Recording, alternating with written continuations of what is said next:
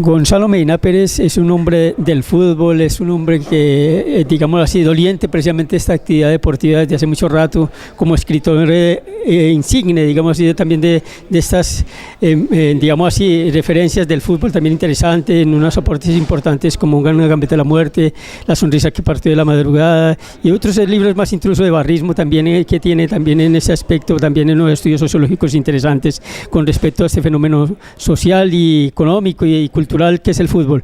Pero vamos a hablar precisamente de otra alternativa también diferente a una alternativa, no es una imposición, digamos, que es la tarjeta verde. Es una tercera tarjeta que no castiga al jugador, sino que premia esas acciones de fair play, de juego limpio. Ya le hablamos con Francisco Maturana y decíamos que previamente está en la segunda división del fútbol italiano, la Real Federación Andaluza de Fútbol, la Copa Verde en Belén do para Brasil, los colectivos de árbitros mexicanos, Chile también la tiene. Hace un mes atrás la AFA la aprobó para los torneos de formación. Entonces hay una especie que trasciende esas fronteras no geográficas, sino unas fronteras que de alguna manera se incrustan en la dinámica del fútbol, además también por estos procesos de globalización. ¿Qué opinarías de una tarjeta así para defender la pregunta también, Gonzalo? ¿Qué opinaría de una tercera tarjeta que no castiga al jugador, sino que premia esas acciones de fair play? Pues a ver, yo creo que la educación y la misma ley, la misma norma representada en la autoridad, yo creo que es necesaria. Lo que pasa es que, como siempre ocurre, no solo en el mundo del deporte, en las familias, en las empresas y demás, y es que de la autoridad se pasa al autoritarismo.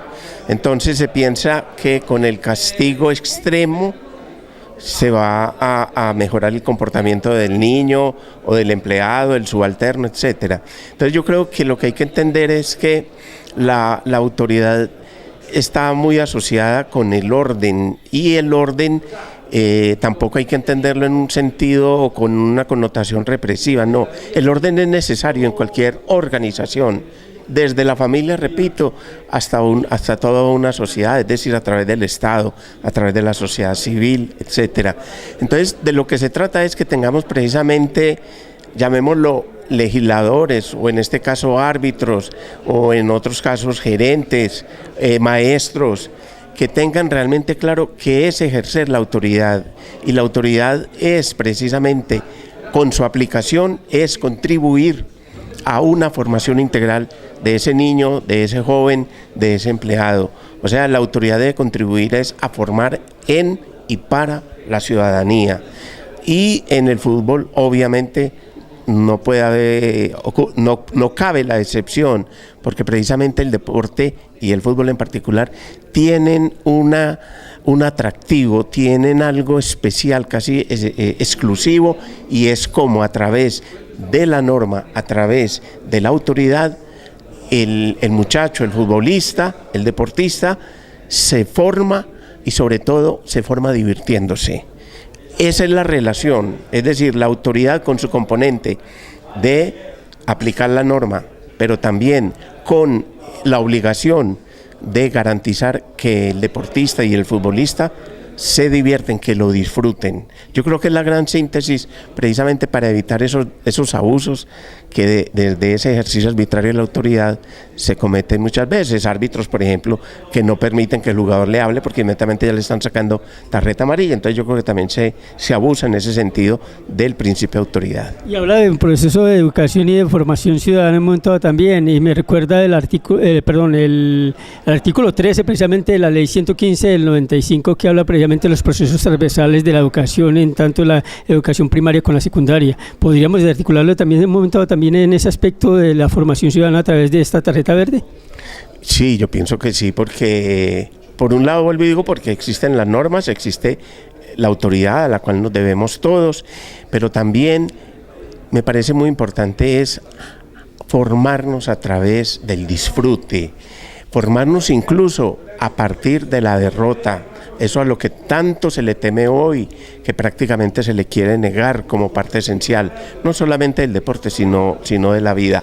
Entonces, muchas veces las derrotas son las que más oportunidades nos dan de formarnos para la vida.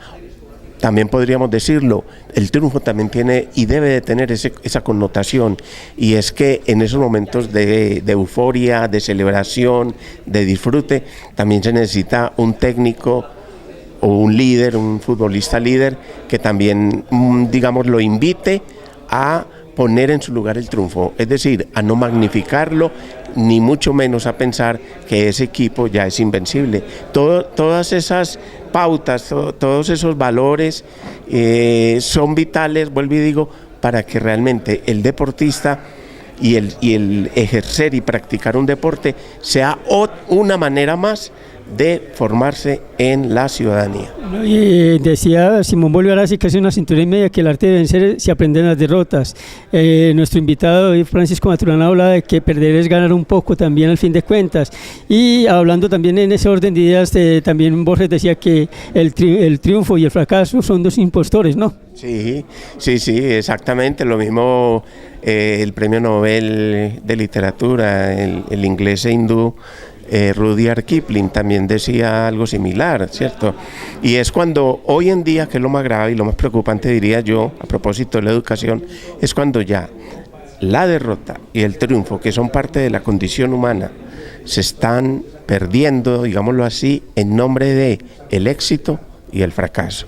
Esos sí son dos grandes impostores, porque tan engañoso es el éxito o el triunfo que alcanzamos, que al otro día ya es historia. Y también lo engañoso que es perder y pensar que somos unos fracasados. Bueno, para terminar, Gonzalo, combinemos a nuestros televidentes y ser televidentes de alguna manera para que ven esta charlita contigo, una invitación precisamente a que, digamos así, leemos este manejo de pronto a esta tarjeta verde para darle esa ventaja, enorme ventaja del amor. Sí, es decir, esta tarjeta donde está a manera, digamos, de principio, de consigna, podríamos decir incluso como de una oración: yo amo, tolero, respeto a mi adversario fundamental y contribuyo con el juego limpio, deben ser, digamos, un estandarte, debe ser una divisa que siempre deben de estar no solamente pregonando, sino también aplicando nuestros muchachos, nuestros deportistas, nuestros técnicos, nuestros directivos, porque, vuelvo y digo, el deporte tiene algo que no tiene el resto de la actividad humana, y es formar a través de la diversión. Gracias, Gonzalo. Pasemos para nuestra cámara entonces, y gracias.